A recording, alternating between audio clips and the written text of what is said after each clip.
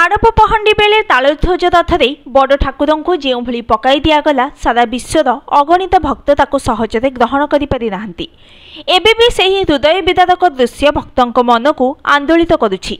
एभली अघटन और चरम विशृंखला घटाइथिबा सेवकों विरोध में भक्त महल्ले निंदा अपवाद छाड़ुवा बेले दृढ़ कार्यानुष्ठान दाबी करि आसुछन्ति। किंतु एही घटना को मासे बीतीथिले भी श्रीमंदिर प्रशासन ए दिगरे असंभव नीरवता अवलंबन करिछि।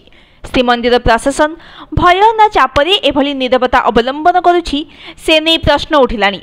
एही स्पर्शकातर घटना रे परिचालना कमिटी मध्य प्रतिक्रियाशील होइथिला।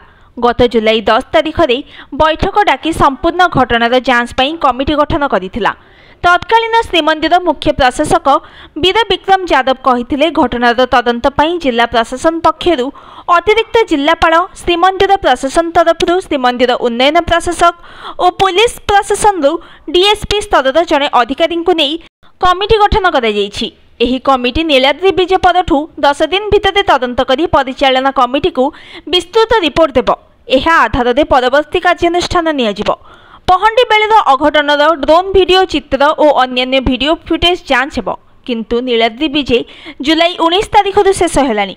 जुलाई 29 तारिख सुधा कमिटी घटनार तदंत करी रिपोर्ट देबा कथा और सही आधार में कार्यानुष्ठान हेबा कथा। इतिमध्य नीलाद्री विजय शेष हेबाको 24 दिन बीतीगलानी किंतु कार्यानुष्ठान शून्य।